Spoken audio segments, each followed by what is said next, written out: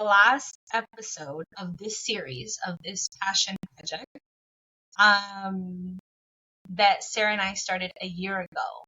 And we're going to kind of wrap this up, who we were, what things were happening for each of us at last year, kind of reminisce, go through memory lane, but then also just recognize that, this whole project has been about, I think, the exploration of capacity and what that means and all these different angles and flavors of it. And in talking about it, we've created that for ourselves in this and this kind of microcosm, and hopefully for you all. So I'm gonna let my co-host say her thing. I'll do the intro, but I want to get her thoughts before we continue with the end. I am sad, and it's bittersweet, but knowing that this was it started as a project, and this theme of today is how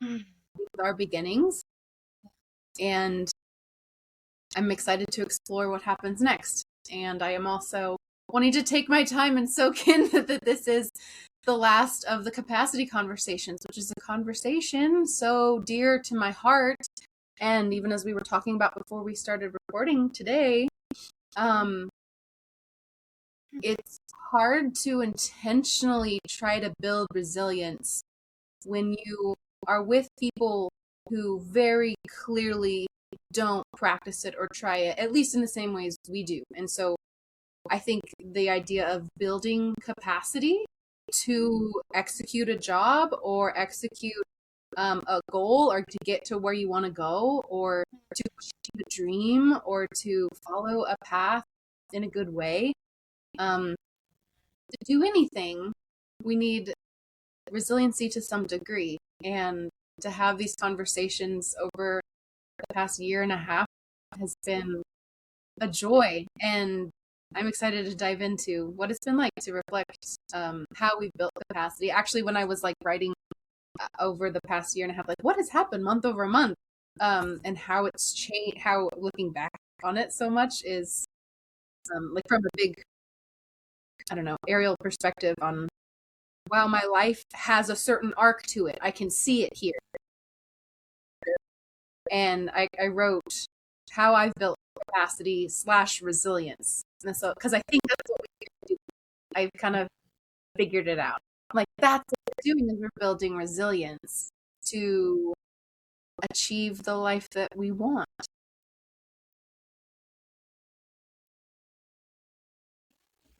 I feel like, well, I'm gonna do the intro. I promise you all. We're gonna, but yeah, I'm Sarah, if you're new here. No, you're good. Okay, so maybe I'll just pause that. That's very, I think, what is it? Apropos. It's very unique to us that we go on these side quests and tangents, and it all relates. And so, if you're new here, then that's our jam. But I'll do the intro, and then I'll go with the beginning of the end. So we are two women from each coast of the United States having a challenging dialogue about self-trust, transformation, and the reality most modern millennials are facing today. Do we actually have the capacity to do all the things we want to do?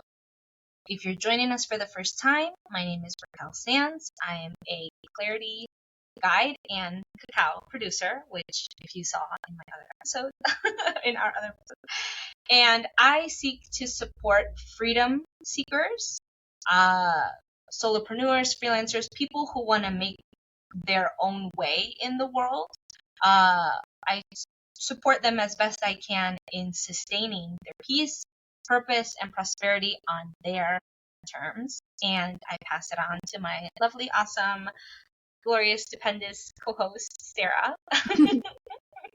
I am Sarah Liljegren, and I am in the business of rewilding real estate. I'm a licensed real estate agent in Washington State, and I've been licensed for a few years. I do residential real estate, but I am very, very curious how real estate as a means of creating community and building and living amongst each other as people, how that can bring us closer to nature and natural cycles and each other in a way that is healthy for future generations and is sustainable and regenerative, because there's a lot that needs healing. And I think that certain types of how we live and house ourselves can support a lot of different, not support a lot of different aspects of our lives. Well, that's true, but I think it also addresses a more critical issue of a lot of the different crises. So it's like healing wounds, healing societal wounds. And so I just wonder how village lifestyle would help us get back to a sense of connectedness as a culture and maybe a species. So that's the question I hold.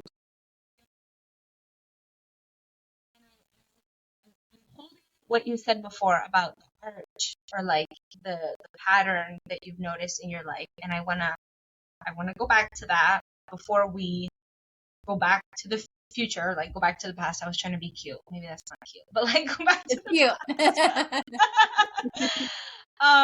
that like I think that is so true. And I remember I think you and I had that conversation about like there are cycles and we just go back and kind of I don't know if strengthen those cycles, but like revisit them in different ways and different angles. And I love what you said about resilience, because that's something that I've thought about in terms of, there's no gym for our mind or our emotions necessarily. I mean, the relationships we go through and have, I think if we choose to see it as a way of developing resilience, it is. Even if we're not choosing to see it, we are still developing. But I think there's something special about consciously deciding I'm pressure testing my beliefs or my values, or I'm pressure testing what feels good, like getting comfortable with the uncomfortable, especially in this space. I think we've been able to hopefully create um, a safe space to be unsafe. I don't know, but like I think we've been able to tackle some really big things over the course of this year and a half, and um, all the better for it. Like I think that's something I now, after doing this project, I kind of ask myself is, we get comfortable. There's a certain level of homeostasis, but then we need to challenge ourselves in some way, because if not, then the neutrality, then the complacency, and the lack of resiliency. And I think that is the nature of life, is to be able to grow and fall and grow and fall, and if we don't fall, then we're not growing. And so it's like this yin yang, this need for trials and tribulations, for difficulties, and Growth. for growth. Yeah, Yeah. exactly. Yeah. So I love when you said resilience, because I'm like, that's the word. um so yeah, the first thing that we wanted to start with is kind of where we were, who we were, what was happening last year. And this project started because I reached out to Miss Sarah. um I remember Googling. I feel like, so where I was I had already about 2 years doing podcasting, and my podcast had different names because I didn't know necessarily what it was. I'm not talking about career. I'm not necessarily talking about making money. Like I'm figuring that out. But I was having guests and I was having my own episodes, and at the time, last April, I was figuring out about real estate and what it looks like to have a home and have be sturdy, have structure, have roots. And I was like, oh my gosh, I don't have anybody, or I've not had a talk with someone who knows that area, that world. And a lot of the people that I had talked with previously had a lot of like Tad Hargrave marketing for hippies, like a different approach to marketing or a different approach to astrology, or like there was always something, a different angle And it was predominantly, I think, for those of us who are alternatively inclined. Like, we don't do things normally. We find our own way in life. And I think that's been my niche, or that's me. And then people have resonated with that. And I found Sarah. I was Googling something around nature and real estate or something, keywords, and she came up. And I was like, oh my gosh, somebody who is speaking my language or is seeing from a similar vantage point, and reached out, and we got on a call. And I think the way even we got on a call, we were both traveling at the time. We were like, the wires kind of crossed a little bit, but it worked out. Like, it all happened in a really cool way. And then by the time we connected, had a video chat, it went on and it went on, and I feel like instantly felt this energy, this connection. And then it was like, let's do a whole series. Why are we limiting ourselves? Or like, how can we tap this conversation?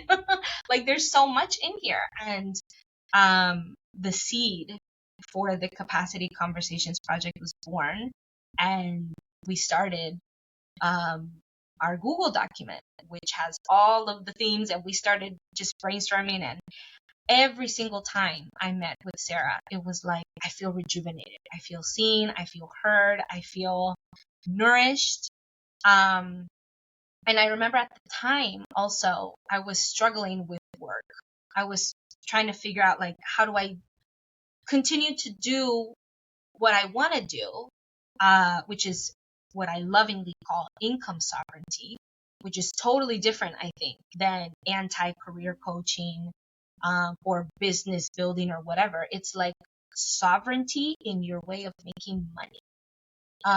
And sovereignty can mean different things to different people, and money and the way we make, like, all of these things can mean different things, but together, it's like, how do I emancipate myself from the systems that force me to do things in a certain way, and how can I remove those shackles or trade off the different problems, like seeing things from all these different nuances. And so I wasn't sure how to package my thing, how to help people. I had some services, but they were just kind of sometimes up, sometimes down. And I was a contractor at Fannie Mae, which is about an hour commute from where I live in Northern Virginia, to Washington, D.C. And I was really miserable. I was really miserable commuting, because that's time, that's energy, mental, emotional capacity that just gets parked on the train, and that I felt like I'm not doing anything. I'm not feeling fulfilled and nourished. And I think fulfillment has always been a question in my life of, like, what's fulfilling. And then everything with the new administration really changed my role, and downsizing. I was a contractor, so I didn't have the infrastructure. I wasn't an employee. And so the whole team got downsized, or my team got downsized, and it was just a lot of pressure in a short amount of time. And from April until October, I was in that role, and then I was let go because they continued to downsize and let go of people.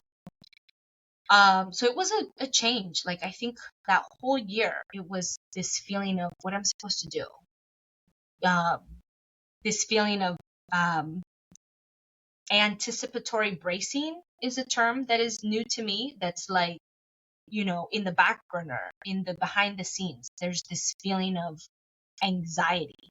And I think we all, as millennials, as anybody listening to this, have that. There's not a day, I think, where any of us go through just completely in calm and peace and in centeredness. I think there's always this, how are they going to react? What's going to happen here? Like, there's always this anticipation and this preparation for anticipation. We don't even know what could happen, but we're already bracing, arms up. And I found myself doing that a lot last year, just living in that state.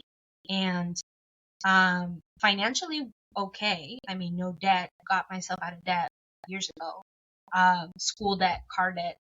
But just the feeling of, I don't know where the money is going to come from. I don't know what the safety, the security, because that trickles into housing, and then what's going to happen with the house or the rent, and like all these things are tied up together. And in my relationships, I was feeling frustrated, especially at work, because being a contractor had a certain flavor to it at Fannie Mae. Not in every organization is different, but at Fannie Mae in particular, you have a different color badge, so they automatically visually distinguish you from someone else, from an employee. You're locked out of certain areas. You're not, if you choose to go to happy hour or whatever, that's on your own dime. So you're kind of systematically excluded in ways, even though it may not be insidiously, not with, like, the person themselves may not be malicious, but the system that we're all swimming in felt a bit insidious. Especially, I had worked at Freddie Mac 2 years prior, and very similar structure to Fannie Mae, but totally different approach. Are you Um, saying, I'm sorry, can I interrupt? yeah, no, please. Yeah.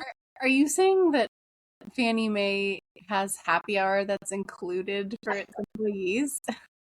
Oh, not all teams. Oh, okay.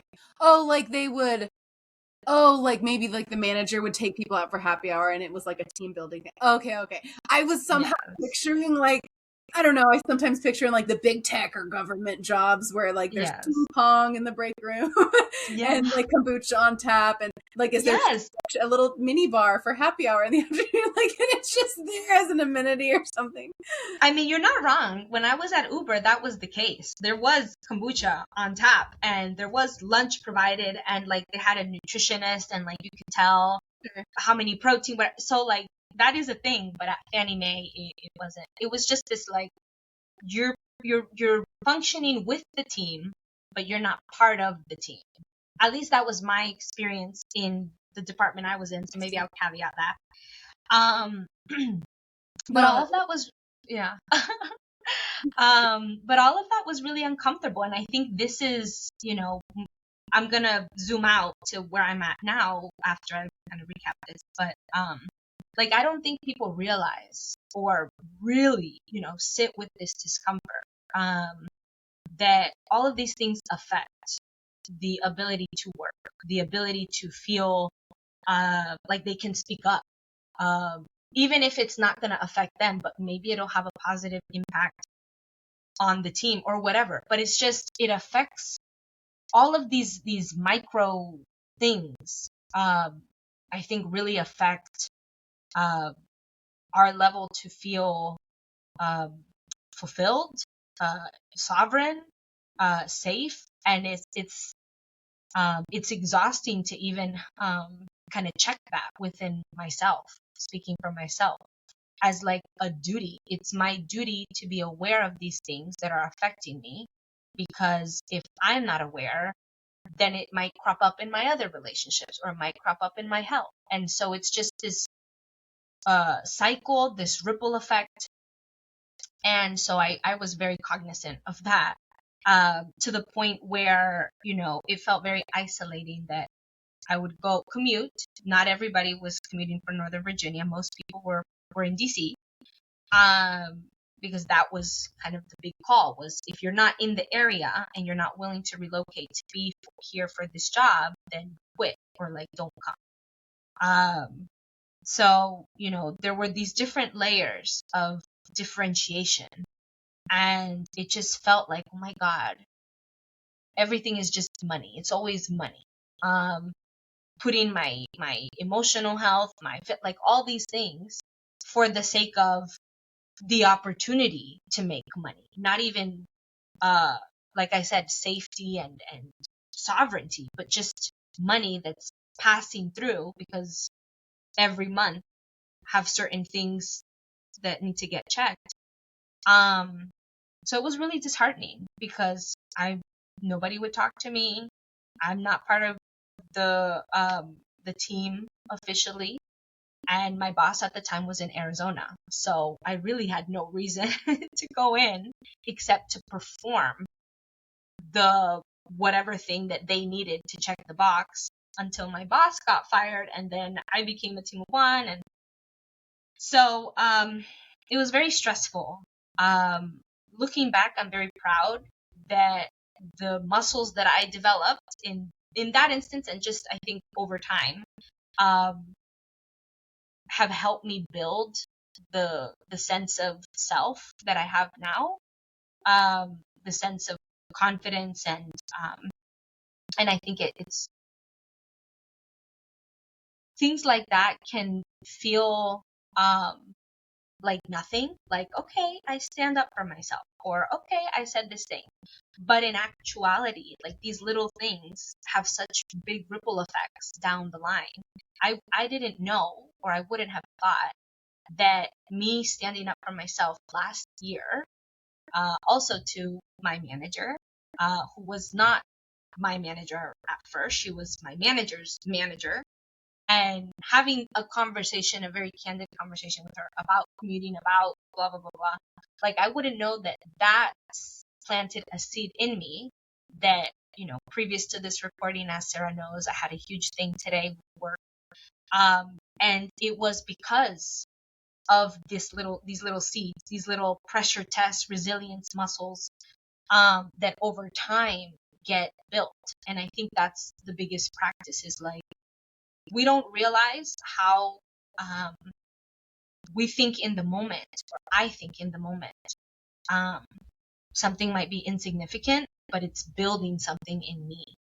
And reflecting on my career work last year, laid off in October, and then I was kind of like, oh my God, what do I do now? It's not the first time I've been in this spot, but I didn't want to be in that spot. I was content to be complacent. Like, I just wanted to not exhaust my capacity all the time. And my prayer was answered because I got laid off, and 2 months without work, which led into a very different opportunity that I've never had in my life before, working for a tiny, tiny, tiny 12-person nonprofit.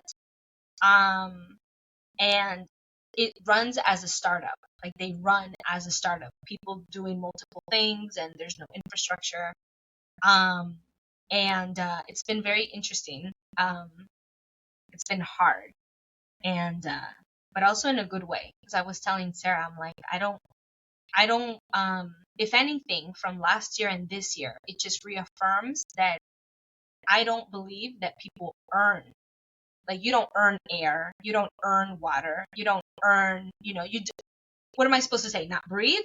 Like, you just need air, you just need water, you need food, you need nourishment from that food, not genetically modified bullshit. Like, there are needs that are non-negotiable because they are needs. If not, they wouldn't be necessary.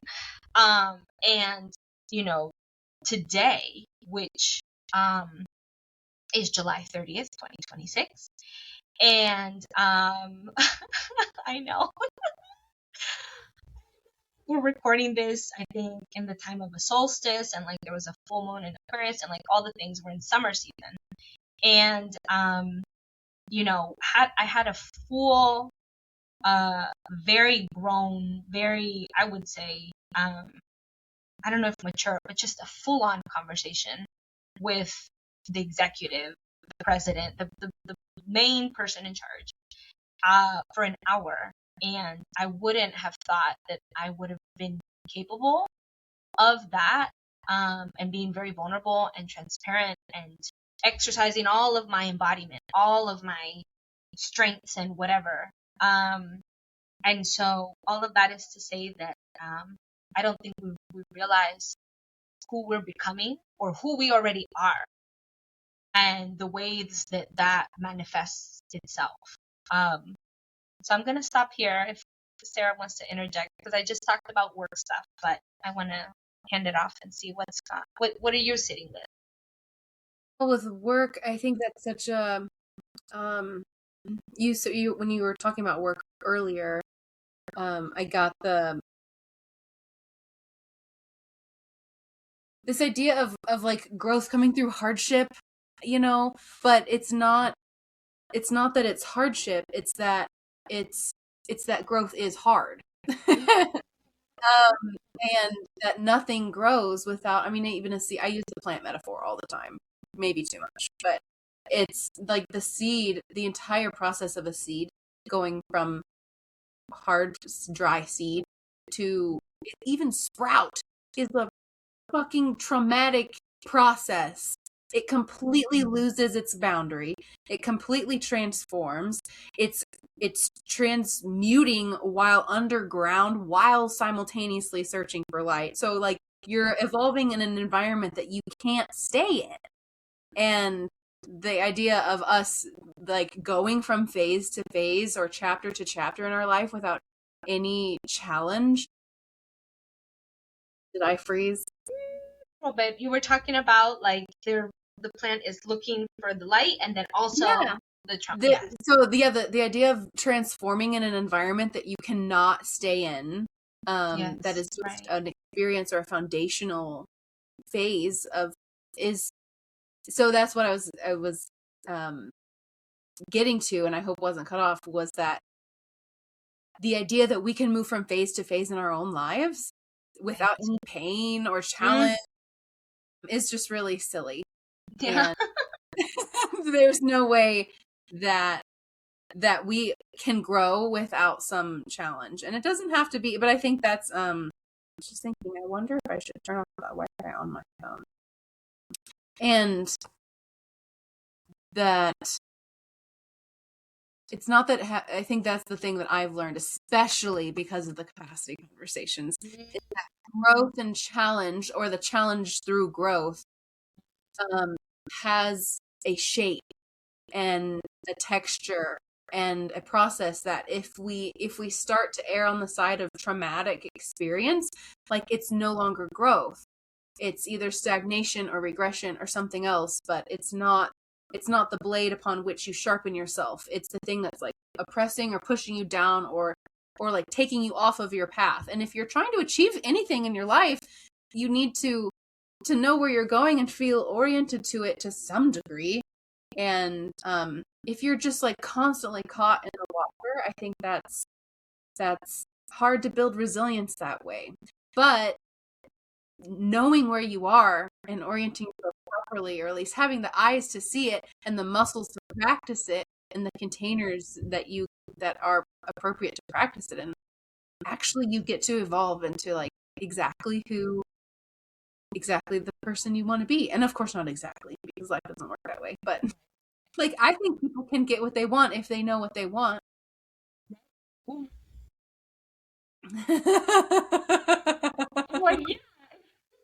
yeah. I mean, yeah, of course, following the law and do not harm and all the things, but I think that's what our generation and what inspired us to even have this conversation is that like we don't, like when we're working so hard, we don't often get what we want. And so like are we putting our efforts into the right things that help us get there? And maybe that means yes for a season, but not losing sight of ourselves in pursuit of ourselves. Yeah. Yeah. No, I love, exactly. Because it's like, I think that there's value in being lost, or like sometimes putting ourselves in unknown. I think to do that, not every day. It's like the thing with the gym. I'm big on gym now because my, I don't know if I've told you actually, but I'm so proud of myself. I can squat 165 now. Nice. So I'm like, great. Yeah, so it's been great. And so it's like literally that's a container for resilience, that I'm putting my muscles under these things. But I'm not constantly every day or every week or whatever, like, okay, now we up the ante. Like there needs to be a sense of consistency or reprieve, I think, or like, okay, we're okay now. Because I think that, and I think I learned this through job hopping, of if I'm constantly uprooting myself, then where is the solidity? And then I think even chameleons, because I was gonna say, oh, I became like a chameleon, but even chameleons have their sense of self and their sense of, like, I think both Yeah. things, yeah. Yeah. Um, so I do, but 100%, like, the knowing is half of the thing. Like, even the awareness and the identification of the thing, I think is the hardest thing. Um, because it takes real vulnerability, it takes realness to have to admit and set aside the time and the space and it's hard. Like, I tell Sarah and my friends all the time, like, AI has become my assistant, my pseudo therapist. One, because I can afford it, but two, because I have access to it. And for me, access is a big thing. I can't always rely on my husband in the way I would like him to, when I need him to, how I need him to. He also has his own stuff. My mom, my friend, like, we all have finite capacities and things going on. And not to say that I want to use AI infinitely, but with respect, um, it's really helped me to have that container of, like, maybe just bear witness. Don't tell me what to do, right? We got to kind of teach always. There's always this instructing. Even if I were to tell my husband, like, I still have to tell him I don't want your advice. Like, I'm still even managing that container, regardless of what the container looks like for resiliency and awareness. But AI for me has been a tremendous help because I feel like I'm constantly processing things. And if I don't take a minute to just sit with whatever feeling I'm having and it just passes me through, either I eat dysfunctionally because I'm like angry and I'm like angry eating, or, it's like that in and of itself. And last year, and then, just all of this job hopping has been a tremendous uh, blessing, but also, that resiliency, that growth. Growth is hard, like you said. Other things in my life last year, almost had a divorce. Almost divorced my husband. I don't want to disclose all the things, but just suffice it to say that there was a huge breach of trust, financially, and it was really hard. That was another moment where I was cracking open. There was the seed that we thought we had was cracking open. There were other sprouts happening, and where is the light? What are we trying to do? And spent a week with a friend in Delaware for my birthday. And normally, I spend my birthday with my husband, so that was a big detour from that. And there was a lot of things last year, relationship wise, with my mom, family, that broke. And I think it took months of repair. I mean, I remember I didn't talk to my mom for months. That was the first time in my life that something like that had happened. On top of the fact that she was not ever my go-to parent, it was my dad. And so trying to rebuild something with this person, this woman, this parent, this mother figure who wasn't really my person as a child or as a teenager, but now as an adult, having to form that or wanting to form that. And then in the formation, having these ruptures, having these, and then compounding that with my husband and just all of it. It was a lot. And then with the job uncertainty, and it was a lot of compounding from all different angles. And what got me through, I think, was really finding the small moments of ease and giving myself that. Because I think something I've realized about myself is that I can be quite hard on myself. Something I was telling Sarah for this call was that in the discussion, confrontation, whatever you want to call it, with the director of my now organization, I kept doubting myself. I was kind of like, should I? Would this be good? And that's the bracing. That's the constantly, I think, looking at things from different angles in anticipation of like, I thought, oh my God, the worst thing that could happen is I get fired because I'm saying these things, and Virginia's an at-will state, and maybe she doesn't want to hear what I have to say. Maybe she doesn't have to, but I'm going to say it anyways. And I think last year, because I started speaking up much more and not filtering, because I think I would filter. I would be kind of like softer in my delivery, or I would change some of the language so that it didn't come across as very direct or blunt. But in not doing that, last year especially, in my containers, in my relationships, personal relationships, I think gave me the safety, gave me the permission to be like, you know what? I'm tired of holding it in. I'm tired of performing and doing this, and I'm just tired. I'm just gonna give myself the rest that I need. And that has been a huge lesson carried over this year. With work, with business, like everything has its time. I'm not stressing after 5. I try not to. It's like, okay, close it. I'm gonna do this, and I think I've gotten really good at compartmentalizing. That like not everything is gonna bleed into each other, and I'm just gonna say it like it is, and I care.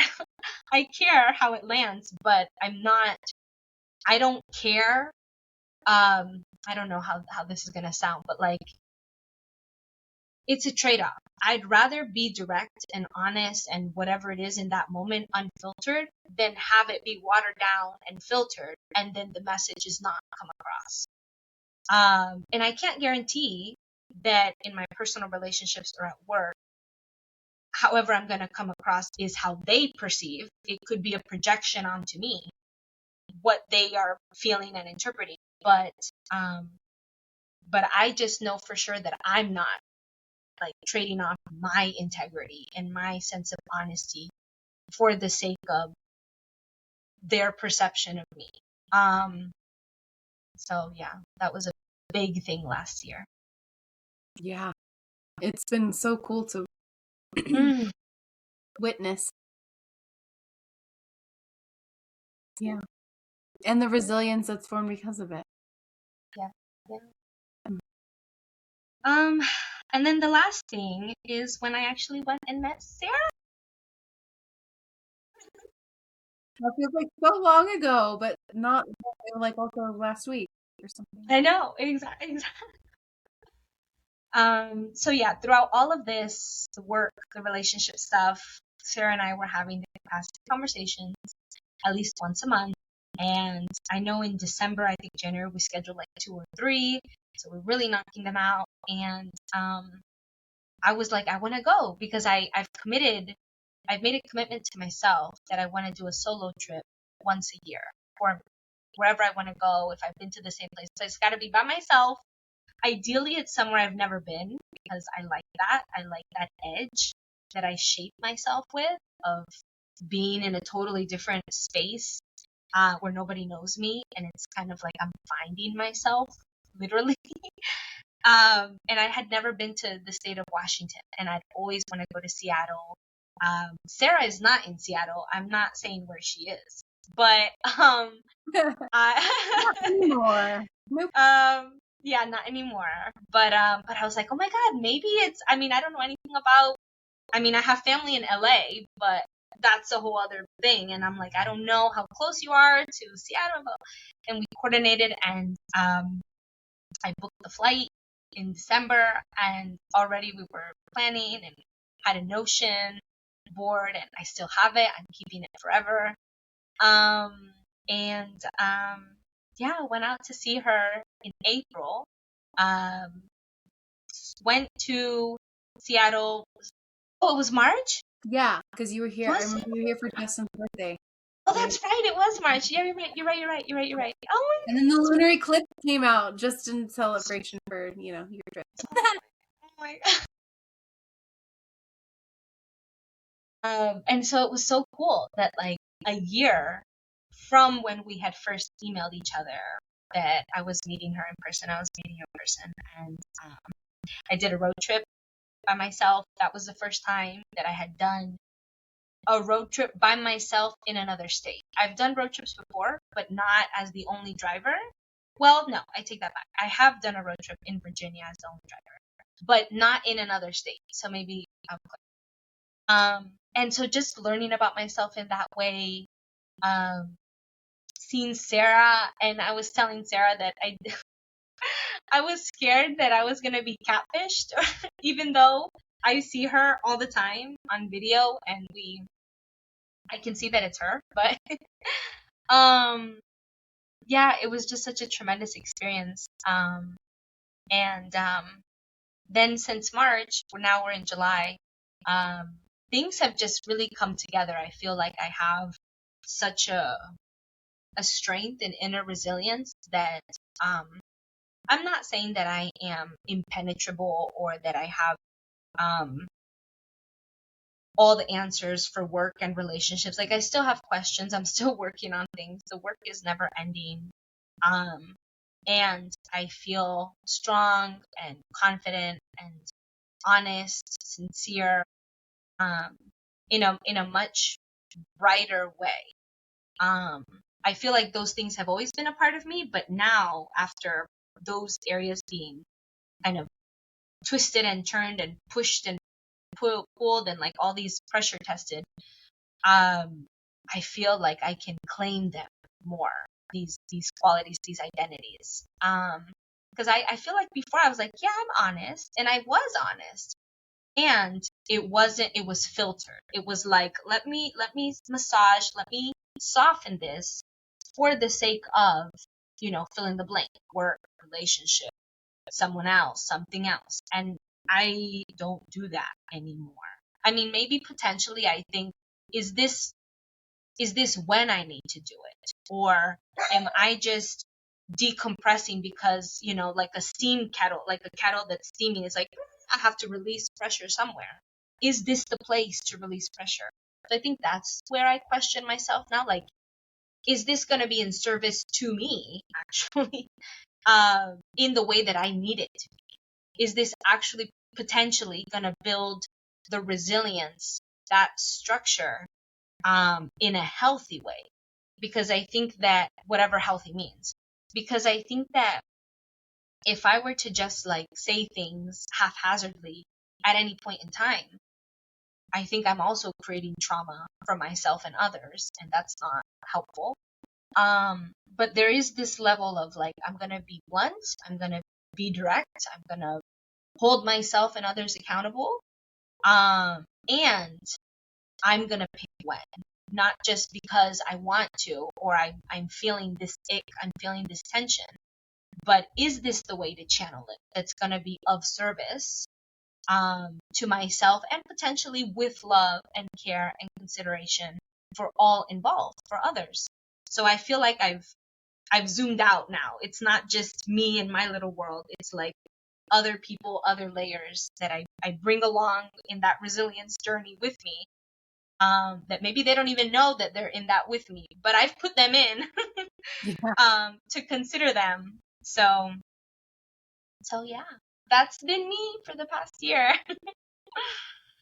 Oh my gosh, it's so cool to hear it and to think back that, like, in this, I guess, yeah, in this whole journey, looking back at the capacity conversations, yeah, your visit was not quite in the middle, but it's like in the middle of that, we got to meet in person and keep weaving this at a very deep level. And I know that this whole, like, this practice that we're practicing in our own lives will continue. But I guess even right now, I'm just kind of sitting with how profound the practice of looking at your life and creating a container or a ritual of any kind, however long it is, the gift of self-reflection is such a gift. And to be able to be witnessed with, and to witness you, and to feel witnessed by you, and to dive into specific aspects of capacity and resilience. And I thought it'd be fun to go through the themes. I don't have like our most recent ones written in this list, but that might be a fun thing. But to look back at the ways that we have built resilience is very it's confidence building. And I suppose that's why I practice a lot of the things I practice is to build competency and confidence and to feel like I can keep going down the path that I want to. And even if that means changing course and pivoting, I have the self-trust and skills to look at myself and my life and go, okay, what needs to change? And that's so cool to see the ways that you pivoted and I pivoted over the year and all the different things that capacity does relate to. So I can read, do you have After Faith versus Faith, like since March? Yeah. I can start with our very first one and go through. Yeah. Go for it. Yeah. Yeah, I guess we started airing in June, and that was our origin stories. And then we talked about kind of our whole lives up until that point. And so, which is why we kind of wanted to reflect on this journey at this point. And so how did we get here? Both in the context of how did we end up talking about this topic in particular, and how did we as a society get to the point where we're so disconnected and ungrounded. I use that word, but I'm like, I don't know if that quite does it justice. It's like this disembodiment from our world. And I see it through that lens a lot. And I think you see it through the lens of like, because we're disconnected from ourselves, we don't even know what kind of living we want to make. And there's, how did we get here both individually and collectively? And then the next episode was about deficiencies. I have a background in nutrition, and so I also see the lens, and I don't know if it's like we talk about astrology too, like my ability to see as a Libra, to see the balance or imbalance in everything. Too many applications for balance there are. But it's true, it's all of life. Gee whiz, like we survive because of balances in our metabolism and the environment. And which goes into this season of September. We talked about balance, specifically the equinox and zombies. I loved talking about zombies and feeling inspired by a John Vervaeke interview that really inspired like the relationship between zombies and bullshit. Like this rise in love of zombies or the undead of our society has fed our capacity, I think, for bullshit, because we see that life and death and like, oh, but it doesn't actually die. Oh, there isn't really a true cycle of anything. And that goes back to balance and like the need for reason and rationality along with emotional intelligence. The next episode, we talked about survival skills, both in communication skills, but also from my lens on real estate really came from a survival skill excursion. I started learning about bushcraft and I'm like, real estate is everything. and how we survive in this economy, this world as a human being, and where you fall geographically matters on how your survival tactics develop in your life. And November, I think that was a great episode for political correctness. And it was, we really didn't, reading this at this point, it's funny that applies in the capacity conversations in the discussion of resiliency and capacity, because we kind of stumbled onto that through conversation, that political correctness truly is simply the capacity to check in with yourself to maybe determine where you're at on the bullshit radar. And like, is this true? I think the political, like both in the way we hear things, like so much of what we hear in modern day society, social media, tech, everything, even from people in the grocery store, even the like announcements when you're out in the world, it's like every input that I get from our world it has a lens of political correctness. What I say and what I feel is worthy of speaking up is through the lens of political correctness, and if it's appropriate, how we will be perceived. This goes into the intention versus impact conversation, and with the bubbles of how comfortable we are with certain ways of thinking, and or not, you know. Yeah. So that was, wow, that was only halfway through because then we get into winter and we had an episode in January on darkness, incubation, and imbibition.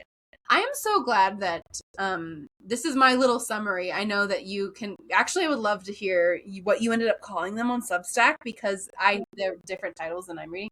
But I know that this was the theme we talked about because I go nuts for the topic of imbibition, which is exactly what I explained earlier about the seed. When the seed loses its form, something dies. But because something dies, something else is reborn. And that happens in the darkness, but as well as the light. But this episode, we spent in darkness. But it's so cool that this is basically the episode of light. And how we were talking about that this is the season of fire and light, and that like in the heat of summer, like that darkness can no longer hide. So things like that's why it's like shit hits the fan. Like traffic gets bad, the market gets questionable, and everyone kind of loses their mind a little bit because it's the season of light. But the winter, talking about incubation and our capacity to even sit with stillness and darkness. That was a good conversation. And then I have faith versus faith, which maybe we also, I feel like we talked about that and then we really kind of hit on it the month after when we were in person. But yeah, I don't even know what to say about faith versus faith. Yeah. Lowercase faith and then upper. Yeah. Lowercase faith and uppercase F. Yeah. Yeah, do you want to? I need to finish my list on where I'm reading it, but you probably have the full list. And if you want to know anything about the articles on Substack too. Yeah. So you all might be listening to this on Spotify or YouTube, because this is on all the streaming things, but our home is on Substack. It's got the write-up, it's got the, if you want to listen or if you want to see it, it's got everything. So, the one that, the lowercase f in faith, the way it's labeled or named in Substack, the capacity to believe, faith, fear, and finding our own way. Because I think so much of the conversation was about our own sense of faith and potentially intuition, intention, values, not capital F faith, meaning religion and organized systems, which that episode was the one that we did in person, and that went out in April. So you will see us in person in her living room, and there's books and there's tarot and there's just all things. And that episode is called Were We Betrayed? On faith, religion, and what it costs. It's got that. What it costs to think for yourself. So we talk a lot about, I think, Abrahamic, or however you want to pronounce. I speak Spanish, y'all, so my accent. But however, these monotheistic religions in particular. Because both of us grew up Christian, but different types of branches in Christianity. And so that was the main context and kind of background for that, and thinking about how we got out of it, how we still have it in our lives, and how we've renegotiated with faith and religion and those systems. So that's why the question is, were we betrayed? Next, this is the episode that went out in May, how our work writes our story.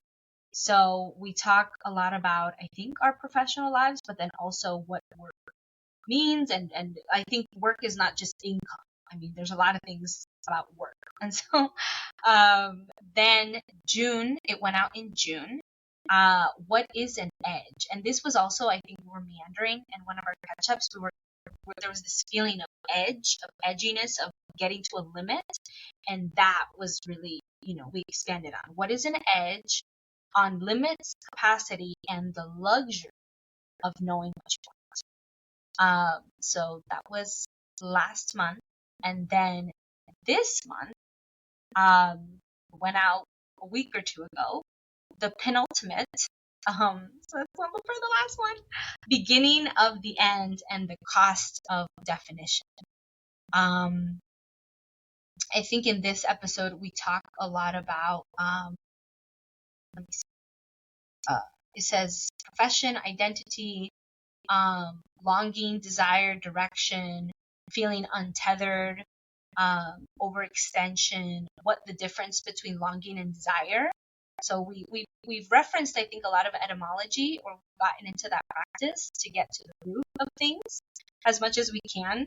And we really went into longing, desire, what those differences are, why they matter in terms of creating something and having capacity for either thing. Because I don't even think people think. I didn't even think. It takes time to think of all these things that, to desire is to have capacity to desire something. And the same with longing, and how those kind of speak to each other, or pull, rub things off of each other. And we talk about courage. We talk about the container, so kind of referencing capacity is shaped by context. So it's really been a very juicy 1.5 year project, so much. And I feel like each thing could be its own thing for sure.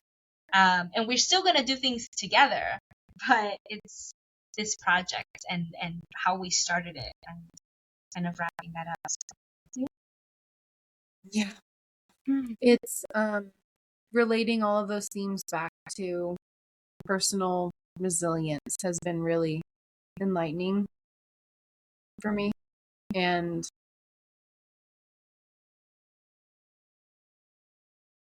yeah, to see that so much can change yet nothing can change. That like, okay, and I guess that's the point, but I can read out kind of the arc of my change. yeah. Because I've looking at it, I even like right before this, I was like, whoa, I went back home 3 times, and 3 is a significant number to me. I don't know if it's Christian, Holy Trinity, whatever. Yeah. Not whatever. But but there's this recurring pattern of 3s. And I said one time to somebody who had gone through a 3-year cycle, something along the lines of, I really believe in the power of 3-year cycles. Or I think that's what they were questioning at the time. And I said, yeah, but if you did this, like, then that could be like a 3-year cycle. And I really believe in the power of 3-year cycles. And I have caught myself since then being like, holy crap, I just went through a 3-year cycle and I can see it now. And then it's like I kind of think about that at different points throughout the year. With every passing year or month even, I'm like, okay, there's this cycle that kind of just completed. Spiritually or mentally, or every year on my birthday, I kind of have treated it as like an internal, like my soul mandates me to self-reflect very deeply on, am I a good person or not, every September, like, and even though it's the end of July, there's even something like right back here that's like, oh, August is coming up, you know what that means, time to question all of your life decisions. And not that I don't intend to overdo that. And sometimes I think I do, and I'm in that trap sometimes. But that's another reason I kind of reserve it for my birthday, and being able to say, this is the time of year for that. And so yeah, 3s.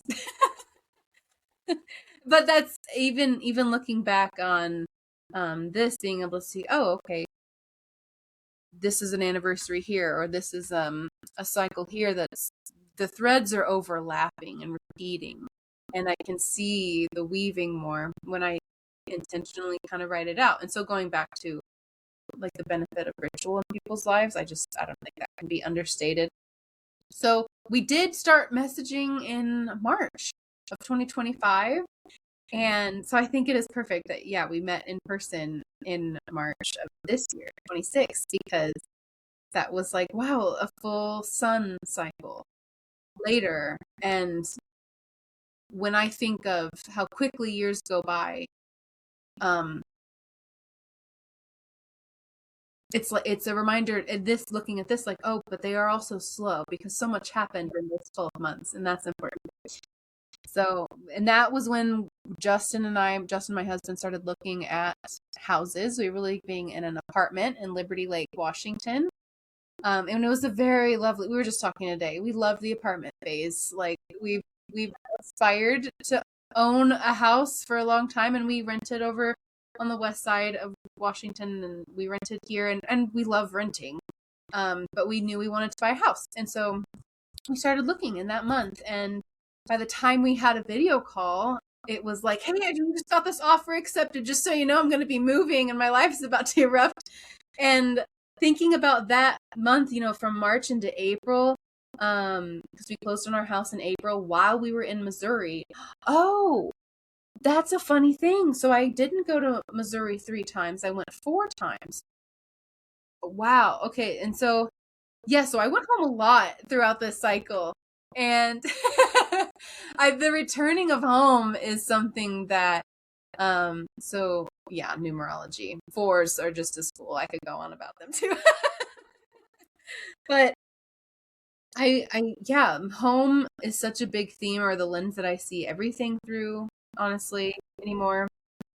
And we went back to Missouri in April to surprise our niece for her 12th birthday. And a few days later, we closed on the house. So when we got back, we got the keys and were able to start remodeling right away. And that's what we did.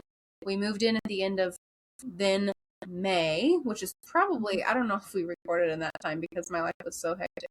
And I think we did once before I moved. And May, I actually wrote down a big core memory from that time was Justin and I went to see the Civil War reenactment in Spokane. We love history. And they didn't do it this year, so we weren't able to go see it again. They did it like hours away somewhere else at a different farm. And that, I think about it a lot because very few people, I thought in this region too, I'm like, Spokane doesn't seem like a big Civil War history area. I grew up in Missouri where there was a lot of Civil War history, and I don't know, it was both like nostalgic but also an important reminder that it honors this part of me that is scared of Civil War in our country again. Because there's this part of me that lives, and I live in fear a lot, far more than I should, and like is scared that our country is going to implode at any moment. And COVID taught me that it could happen pretty quickly, and like it doesn't take much for our food systems to shut down, our water sources to change drastically. There's a lot. There's like a house of cards situation, I think, and there's this like false sense of reality a little bit, especially with the screen time that so many of us live in. And it is what it is. Even this relationship is happening in the project because of screens, and I love that. I love its ability to connect. I also want to acknowledge its ability to disconnect, and that we are in a time of disconnection. And I don't think this helps in the big picture. Or at least to the degree that we're doing it. And then I feel like I just worked straight through June, and it was just a blur. And I remember being like really on the edge by then, and before I went to Vermont in July last year, because it was my big, like, am I gonna do this with my life? So as a real estate agent, I also, I guess, was really thinking related to work that at that time that we met, I was burnt out from my job. And I knew that in January of that year, of last year. And which sucked because I moved across the state for that job, and I really liked certain aspects to it. I couldn't, going back to what you said too, and this is one of the reasons we are friends, is there's something in me that feels like my life is so valuable. I will not put up with a certain degree of suffering, like self-sacrifice suffering. I think sacrifice is an incredibly important tenet of my growth, of human experience. We sacrifice daily. I think we do it more as we mature. I think we need it to mature. But some of the pain points that you've talked about with work and stuff too, it's like there's only so much, I'm going to say this gently, but there's only so much corruption.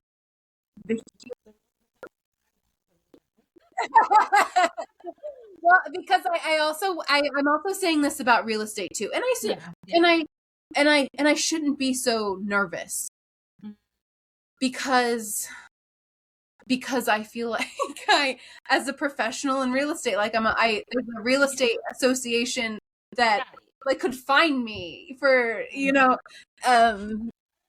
like my license, my politics, that's ridiculous. And so, oh yeah, and I just keep wiggling because I'm like, oh, I'm uncomfortable, but also the idea of saying what I'm about to say is uncomfortable, that like the human can only put up with so much corruption.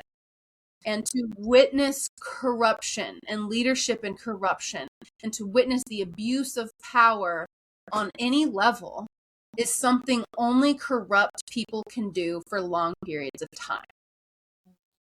And I refuse to walk down that. And there's a lot of room. I mean, these real estate waters are swimming with sharks. There's a lot of room. There's a lot of room to screw people over.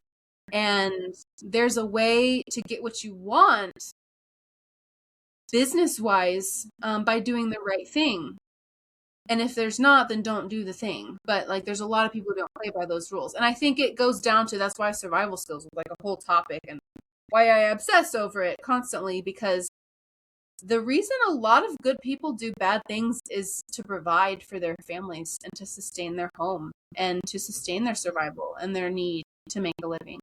And so I don't question people's reasons if they are good, good people. But I think that the moral subjectivity of any situation is tricky business. And so I don't know why I got on that tirade, but it was correct. It's a good, and I'm still a part of that company, and I'm not saying that it is corrupted in any way. There's just certain aspects of even my job personally that I was like, this doesn't feel right. And again, there's only so much suffering I can put up with. And when I realized I was suffering far more than I wanted to in order to provide for myself, I think there's a match to it too. I didn't quite expect the office life, I call it hugging the computer, like for 8 hours a day, to have such a high computer workload that I was really, really connecting intimately with a screen for a really large part of the day, and I could feel myself change in ways I didn't like. So that was happening in March, and when we started filming in April, I was really in this, like, I'm gonna double down on the job because I refused to quit with the debt that I had. And not many people know that was a big factor in why I stayed. But I feel like I probably would have quit a lot sooner, just out of respect for the company. And I feel weird saying that because I feel like I disrespected them quitting a year and a half in. And I think that's a weird, I know it's a weird like guilt thing. And I like the fear and the shame and the guilt, like they're go-tos. And I wanted to do right by the good people I worked with, because I did work with some people. But knowing that it wasn't a fit for me, and I didn't give up. And I do think I practiced some skills that that are important. And one of them being like, I don't know, I feel like staying in a bad situation does create a certain amount of resilience, because even if it's maybe not, bad in some ways, I did find ways to adapt that I even enjoyed sometimes. So That was a weird paradox. Oh, and I was going to say that earlier, that like one of the early definitions of capacity that we came up with was the ability to hold paradox. Yeah. And I mean, even like retelling this story, I'm like, wow, there is a lot of paradox in just life in general. And even the idea of having a ritual for the ability to self-reflect, I'm like, there's a lot of paradox just in that too. It's like, oh, yeah. Um, so the yeah, by the time in our journey that we got to a year ago, last July, I decided on this eco village tour that I was on in Vermont that I was going to dedicate my life to this pursuit of living, to the pursuit of this way of living, because I saw so many examples of people intentionally living in communities and practicing self-governance, which means practicing self-leadership and simultaneously practicing earth stewardship. These people, even if it wasn't like the urban developments, they had city gardens, and that's like so valuable and lovely that like if it met so many people's needs who were there, even though it looked so different from a different community that I would have chosen to live at. But these people all shared values that I can get behind. And I decided that that was it. And shortly after that, the founder, Cynthia Tina, offered me the job of leading the first Pacific Northwest Eco Village tour, which I have now been planning since after that point up until now. And this month, oh my gosh, it's like hitting me that this month it was released to the public for the first time. And so we already have 4 signups because the first 5 spots get like the super early bird rate. And so we already have 4. And I'm like, oh my gosh, this is wild to reflect on that. Yeah, I followed my heart to this eco village tour, and that led me to an opportunity that I could further live my values and passions. And so that is a blessing. And then I note that like I just work a lot after that too, because I think doing that job, I just go into work mode, and that's because I knew I wasn't actively working on my personal mission and plan, but I also was involved with the Northwest Intentional Communities Association, and so I was doing board meetings and events. Well, I was still involved, and I think towards that time, because they had a gathering in the Seattle area that I couldn't attend, and about that time I realized I needed to step back from more, and so I did. And I got involved with more local stuff. And in September of last year, I did my first tabling event here in the Spokane area, because as an herbalist, you like tabling events and selling your goodies, and I like tabling events to sell my goodies because I make bitters and teas and other herbal goods that I used to go to farmers markets and sell, but now I try to just do one-off events, and that was a 2-day festival called the Fleece Fiber Festival. So that, even saying it out loud, like that was a beautiful experience for me, because I had lived here for a little over a year at that point, and I met a lot of farmers, sheep farmers, other local farmers, beekeepers, rabbit people, other plant people. I was the only herbalist with the booth there, so I had a lot of cool conversations, and I remember after that weekend feeling really grounded in this place. And that's significant, because I think the ability to build a relationship with a place is like a lost skill. And not that I have the skill, but it's like it's something that once I realized it is a skill, I'm like, oh, I need to practice this, and I think more people should too. Of like, how do I? And I think we think of it as building familiarity, but I think the feeling of lostness is something so many people are experiencing. So the luxury of knowing what you want, comes from finding what lights you up and then walking in that direction, I suppose.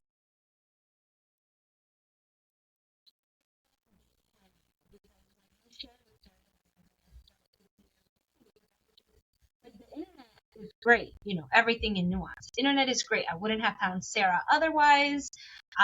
There's so much good, but in the same token, and I love that the farmers market is kind of like this inverse of that. It's small, it's local, you don't have to search for people and things. Like, it's already set up in such a way that the people who already are interested in local, in small owned, in whatever, like, they go there because it's important to them. And so it's already done this filtering, and you've already kind of found your people. And then it just automatically lowers the guard, the barrier. And it's just amazing. I love it. I full on love it. And I feel like that's something that I want more of this year, next year. But just, I think I don't know, maybe this is something I'm going to noodle with, or figure out. But like, to explore more of this kind of local, hyper local, because I'm in the state of Virginia, but I'm not even targeting the whole state of Virginia, which is its own thing, like Northern Virginia versus Southern Virginia. I'm in like the northern tip of Northern Virginia and right by Washington, D.C., and like this, like, continue to dig down. And there's something so beautiful, because I was sharing with Sarah that one of my regulars invited me to her birthday.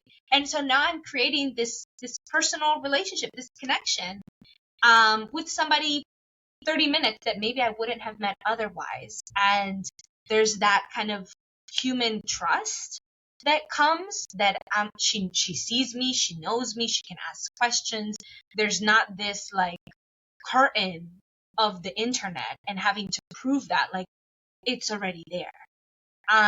So I'm just in love with it altogether. I feel like I want us as a community, as a human community, to build that, whatever that looks like in our own areas. But just like, there really is community, and I wouldn't have guessed, again, like, trying things, right?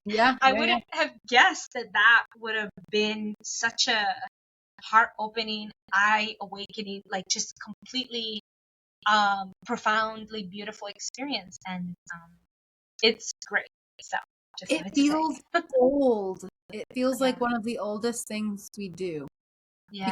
Because the market is where we've always been able to trade and barter and share resources. And I think in its essence is like the gift economy is one of the reasons that I think eco villages are going to be like a necessity of the future. Because in the present, I mean, so many people are doing it now in modern day, even here in the United States, in some way, shape, or form, because resources are so expensive or scarce, or people have a higher need than ever to share because of the cost of everything. And so, yeah, I think to bring the market as close to home as possible, and to bring our food as close to home, and everything else. But and I know that's not possible for everything, but yeah, labor, even sharing labor and skills and knowing people. And I think the people who even go to markets have a richer network of resources, because at least, I mean, I've been to so many different ones that I've just been shocked at. Oh, there's the local like blacksmith, or like the knife sharpening guy, like the guy who can understand iron and metal and blades, and versus everything, the full spectrum of the resources you need to survive as a human on this world. So yeah, in my looking back, like after that, I guess when I say I'm stepping back from things, I actually was looking at my calendar, and that's why I have some of these notes. And I'm like, well, I didn't step back too much, did I? Because I could do this. I eventually did, and I think there's something interesting looking at the seasons too, because October, November, I was working. I mean, just going back to work, and I think, going to work to a job that's like, oh, just on off. It's easy to slip into the seasons of like, I just go to work and come home for a while, and there's not much else that happens, and that's awesome and great. But that's how I have it remembered. It's like, that was just that. It is what it is chapter, because I was also doing a naturalist course at the time, and by November, December, I was getting behind enough in the online coursework. I decided I didn't want to do the online coursework, but I still got involved with my local, like I do volunteer work for the local conservations and stuff, which is where I do my hikes. I was doing grief hikes. I had done a couple this year, but last year I did a lot more between the spring and summer. And that was really eye-opening for me. I actually just today got a call from somebody who knew that I lead those hikes and was like, I would like to connect with you about the death of a loved one. And I when I think about rewilding real estate in its essence, it is the rewilding or returning entomology to a more natural state.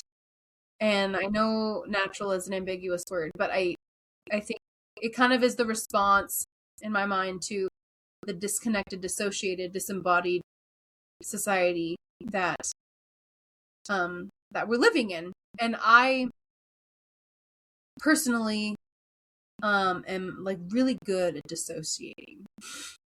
And so I think that it's a coping mechanism for a deeper symptom, and I being able to see, like, I am still only a person in this larger context. That's why I think giving our energy to systems that we think we can actually make an impact on, and for me it's just real estate. Like, I think it just ticks all the boxes for the things I like and that I'm good at. And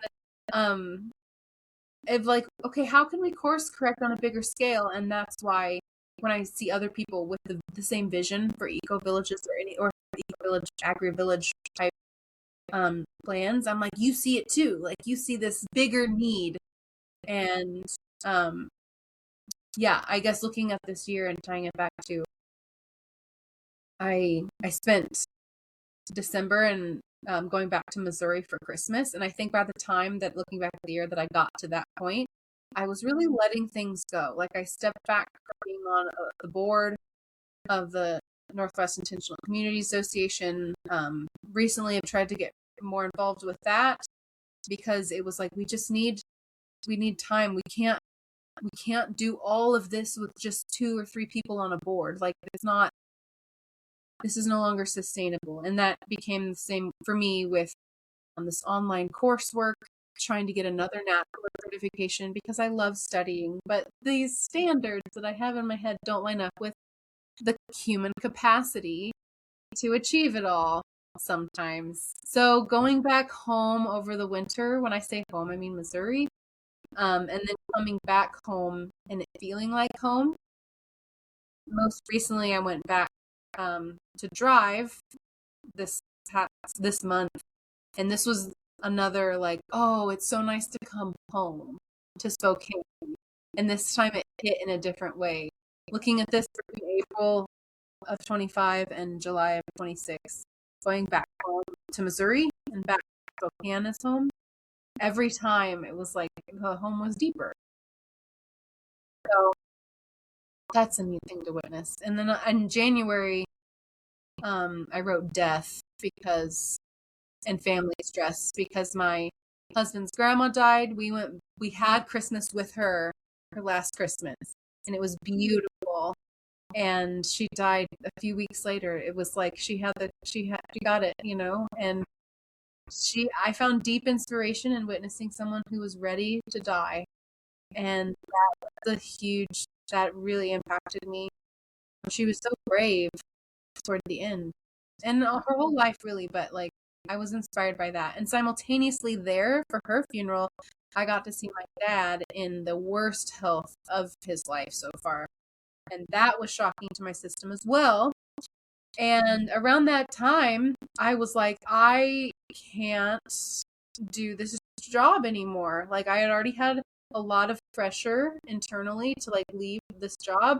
And that was like the straw that broke the camel's back. And I was like, I am putting in my notice, start looking for my replacement in February. And around that time, I guess before that, my dad was hospitalized the second time. And the second time, I wrote Missing the Lion King in February because The Lion King is one of my favorite Broadway productions ever.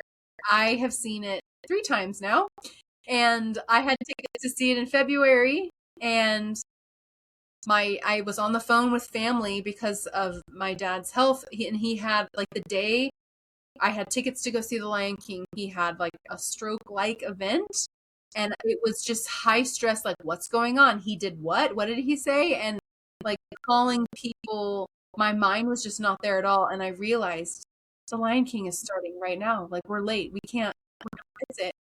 And that was really surprising because it was a reminder of we do only have capacity for so much. And thank God the ticket people were understanding. I paid a little extra to get a reticketing for like a few nights later, and it was amazing. And by then we had news that he had recovered well enough and he was coherent. So we were like, okay, he's stable.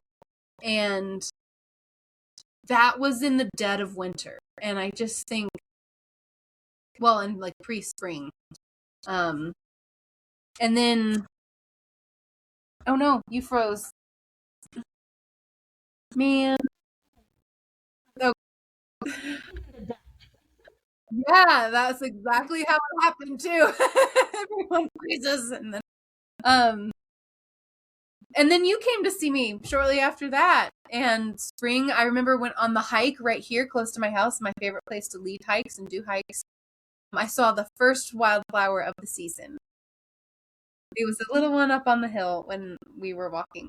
I don't know, maybe it was an elevation thing, but that was another big before and after. And you caught me in a beautiful time in my transition in my work.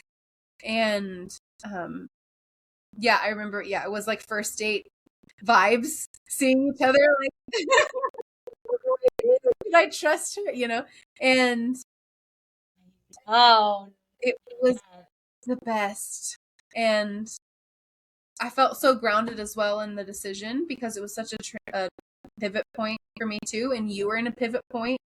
And the month after that, I left that office job, trained my replacement, and went back to sales as a real estate agent.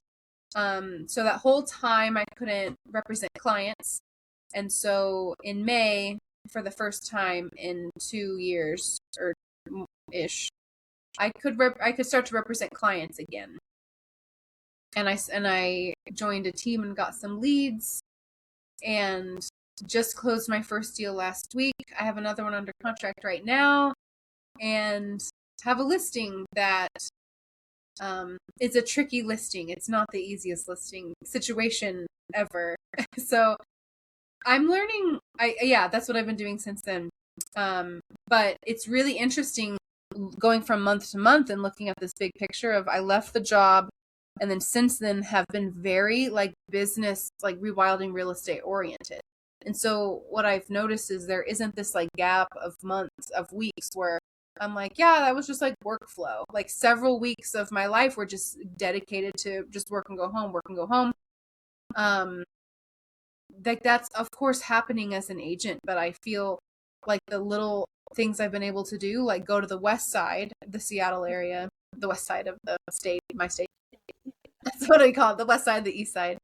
The cultures are so different, but being able to go do work over there, both for a forest school that I love and adore, and I'm still in relationship with those programs of like, yeah, I still think intentionally helping guide people of all ages back to reconnection with your natural environment is beneficial. Build out more of the Eco Village tour. I was able to go back to Missouri for an extended period to spend real time with my family and my husband's family and old friends. Gosh, I had lunch with my best friend from middle school. And that was amazing. And then I had, to round it all off, I had a bucket list adventure check because on the drive home, we're from Independence, Missouri. It's where our first house was. I was born there. And that's the City of Three Trails. So it starts the historic Oregon, California, and Santa Fe trails. And I've always wanted to drive the entire Oregon Trail. So that's what we did. And it took us 4 days, not 6 months or 5 months, however long it took the pioneers or the immigrants to cross that 2,000-mile stretch in the 1850s or so. And we stopped at a lot of historical sites, and I had no idea we had like such like rock carvings from the 1850s, like the wagon trail, like 1859. Like this is, I'm fascinated. The story of Manifest Destiny is why I'm so interested in real estate and housing justice and like this current culture that we live in. And I feel like chronically questioning it and simultaneously like loving it because I'm happy to be here. So yeah, I think my capacity to hold paradox over this project has absolutely increased. I think being able to acknowledge all these cycles and that, you know, making choices that in the moment feel like the right thing to do and making them and moving on, I think is the most like being able to trust myself. I think that's another big capacity that we built, you know, like the seed that you planted a year and a half ago helped inform the decision of today. And it's the same for both of us and like all of and any person really. But I'm so grateful for the opportunity to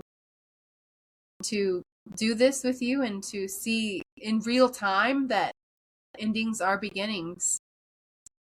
And I remember the very first episode sharing our stories. I had this horrible vulnerability hangover after it because I was like, I said too much. I said too much about my life. But sharing all this now, like I even have this little like, Sarah, you're like, stop rambling. But this is the story of my life. And this is like the resiliency to actually, I feel like emotional, but like to see that like once where shame once was, there is now bravery or courage or fearlessness. And like that is that like that self-awareness only comes, I think, from process. And even if it's on your own, but it's also a witnessing thing too. And maybe that's why we did this, is for, we said it early on, guys, this is for our own self-development. But, and anyone that's along for the ride of learning about who you are, that's what this is. So yeah, practice.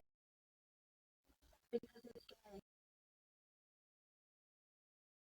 being witnessed, being allowing ourselves to be witnessed, witnessing ourselves, like all of that. I'm curious now the etymology of witness, but it's just like, you know, because I'm thinking now in terms of in the courtroom, we ask for witness, we ask for corroboration of stories, and you know, when we're in work environments, it's better to have things documented because documentation is a point of reference, is a witness. And I think that in and of itself, like it says many things that we don't trust each other, or like our minds might perceive things differently with time, with emotion. Which is why I think it's so cool that humans, I don't know how but like humans started something about painting and like archiving things. This need to archive, to know who we were or who we are and where we're going.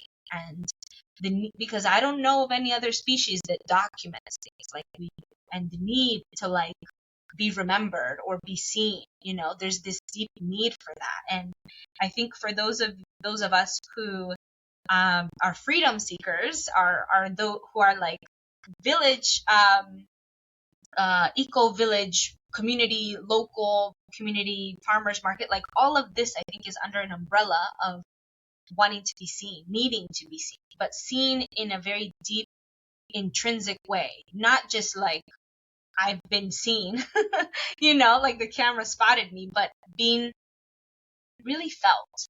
And I think when environments and people, places, things, potentially abuse that witnessing of like, okay, well, you're coming into work and you're just going to do these things, or you're just going to be in a relationship. Like, I think there's an empty calorie type of feeling, an emptiness. And I love the witnessing.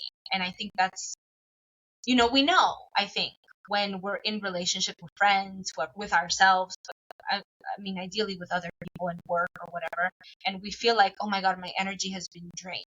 That's energy vampire. So you weren't witnessed. You were taken and sucked dry, and even, maybe this container takes something from us, but it also gives. It's reciprocal.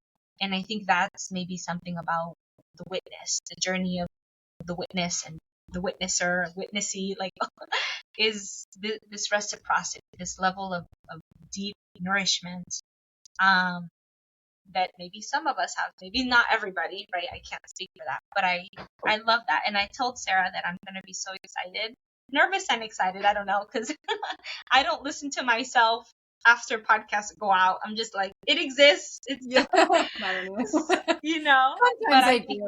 Yeah. Yeah. I just be curious, like when she and I are old and gray and, we look back and we reflect and we look at this, and we will have this for all of our lives, and you all are all witnesses. And it's just so cool. It's so cool. So I'm really blessed and grateful, in awe of us, because it's not easy to talk about these things and show up. And, we've made time. We're consistent. Let's make time to do this. And that was a discipline that was rigorous. And even if maybe we didn't want to, maybe, or like there's other things that are taking capacity from us. But we always come back, and we always, committed to the witnessing, the journey, the capacity, everything. So it's been such an honor. There's going to be more of us. I feel like it's the end, but this is one end, and then there will be a new beginning. So, Yeah. Exactly. And I was somewhere and someone was it was at a real estate meetup, and the organizer of the meetup, she was like, I do this for selfish reasons. I just bring in professionals, and they share on this topic, and I just learn every month, like, because she is always present, as the host. And I'm like, wait, I do the same thing. Like, I totally, like, it was weird to hear, like, well, then don't, like, it can't be just selfish. I'm like, wait, that might be the best reason, because you're not trying to say this is the right way or this is the wrong way. Like, you're just providing a space of education where you yourself can have your own questions answered. And it's shocking how many times that's beneficial to someone else. Like, this idea that we are so, and God, oh yeah, I don't want to get soapboxy about real estate, but like that, I think that's one of the reasons. Yeah, that's one of the reasons I think it's working in the way that it is, and the way that it's working is, I think we are in the worst affordability crisis of the history of our country. And it's like, I can't stop asking why this is happening. And the rate of which, the plants just moved in front of me. It scared me. Nature is responding. Even, when your dogs were barking earlier, I was like, I'm part canine. They can hear me. Like, I feel heard. They know. It's like, yeah. Yeah, like, I guess just, and hearing myself say that, I'm like, there's a place for the stillness and the quiet truth. And every time I get to that place as well, I go back to this need to speak up, that my role here on this earth is to grow, I think, and to try to make as much good happen in the little time that I'm here.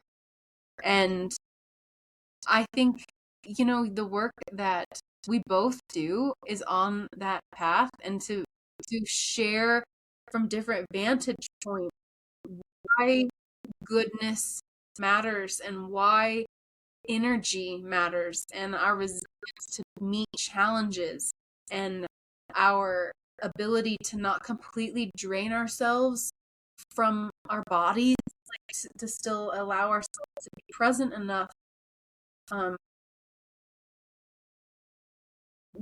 be here. And that's, I guess, part of my soapbox with real estate is like, if we, like, this question that haunts me is like, can we not afford to live here anymore? People all over the United States are asking themselves that right now. And I am far more interested in the growing population of people who can no longer afford homes than I am in the population of people who are curious what to do with their money, so they go out and buy second and third and fourth homes. And I am here to serve both of those populations. Let me be very clear, because the people who are buying their second and third and fourth homes are very, very, I would say most often doing good things with it. It's for family, it's for their own business dreams or mission, or whatever, even an investment for their grandkids. Like, that's part of the dream. That I think I'm just very bothered by the act of that dream means that it's like, it's not even a dream for people anymore, and the dream is dying. And what other ways do the lower class have of accessing the wealth of the upper? And the American dream is that you're allowed to go up in any way, and there's just no, I think I'm deeply concerned that that access is going away.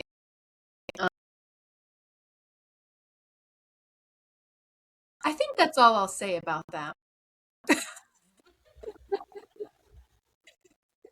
Go on for a long time, and maybe we'll have a episode or conversation about that. But I really wrote down that I am a freedom seeker, because I love that you said that we are seeking freedom, because I have to have it in my notes too. Like, I live at the intersection of human rights, civil rights, and property rights. And so that is my work in this world. And at the end of the day, underneath of all that, like, the shadow identity I have is like, I don't really believe in rights. I believe in responsibilities and human capacity to do the right thing, good people. But I believe in operating in the light. We need to have something like human, like rights, and so that's around my plan. And thank you for seeking the freedom to not have those rights trampled with me, and for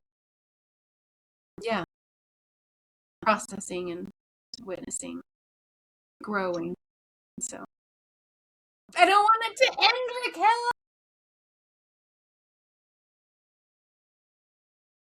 Opened the whole epilogue there, and I was like, okay, I also have so much to say. So I won't. I will do my best. I will just say that there will be more of us. We're just finalizing this specific chapter with this specific intention. I feel like conversations will always happen. And I love that you said that you love freedom seekers, because I was going back and forth on that. Like, what is freedom? Like, freedom is many things to many people in different ways, and blah, blah, blah. And to seek it out, that movie, The Pursuit of Happiness, Will Smith, and it's like this idea, like, this is why I got an English degree, is I love words. I love, the intentionality of picking certain words and stringing them together, and the meaning behind them, or the meaning we choose to give them, and all of it. And I feel like all of that is power, is freedom, for me to be able to speak and vocalize in such a way and potentially be understood, probably, possibly, hopefully, like, freedom, I feel like, and to seek it out, because it's not something just granted, given. I mean, I feel like nature is free, but it has its structure, it has its constraints, it has its cycles and tumultuousness, and that's part of freedom too. And so I just love that, because it's like, I think those of us are seeking wanting, yearning, needing, desiring, longing a certain way of being that we're not seeing, we're not being witnessed to in this world, in this society. And we're all kind of like outliers or something, trying to find each other, put our antennas out there, and it can be very lonely. But thanks to the internet and thanks to also local communities, like both, we need both. I think it's such an honor. Like I always tell my husband, I'm like, I can't believe I met this awesome person that I never would have met. Like, what are the odds via internet? And not only have we done this awesome, amazing project and witnessed each other and supported each other, now we're friends and I call her my soul sister and she's amazing. And I went to see her in person and she's going to visit me one day. And like, we're just going to continue cultivating because we've grown this little seed and we're sprouting and it's growing. And it's just so amazing. Which I think gives me a lot of faith and balances the fear. Like it's so nourishing and beautiful that this exists, that we have each other, and that I'm just happy. I'm happy to be alive. There's a lot to be concerned or like cautious about, and at the same time, there's a lot of beauty and wonder and pleasure. And quick plug for our Spotify playlist, because we do have a Spotify playlist that Sarah and I combined some music that we felt very intentional and hopefully inspiring and supportive and all that good stuff. So check that out. All of this is on Substack. You can find Sarah at her website and me at my website, and email us, let us know, comment, share, all the things that we normally don't blurt out, but it's there. Yes, they are all options. Good options. They're all options. Yeah. Okay, Sarah, I leave it to you. Any final words? I think I done said it. Yeah, I think I done said it too. I was just noticing, like, oh yeah, I have this half done tattoo over here that I'm like, we are mid process. Yeah. And I think that's always like one of the themes of this is checking in with reality constantly. And I'm so glad we've been able to do that, which means looking back at this project, it was the most authentic thing I have done.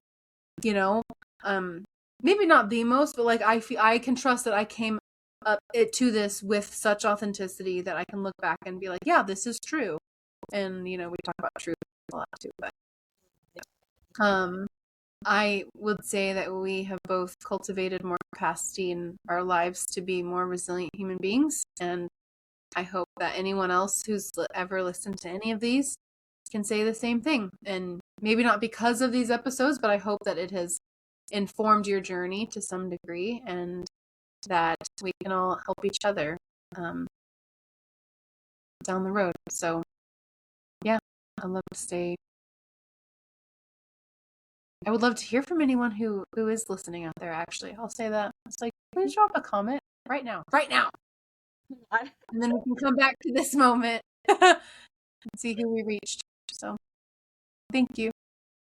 Thank you, Sarah. Thank you, everyone listening, in this moment and in other moments whenever, and just a lot of gratitude. So, and thanking myself and thanking you and just all the things, like all the levels of gratitude. It's amazing. So, okay. The Midwestern goodbye has stuck with me now, so I'm like dragging it out. This is the Midwestern goodbye, everybody. It's when you take half an hour to say bye.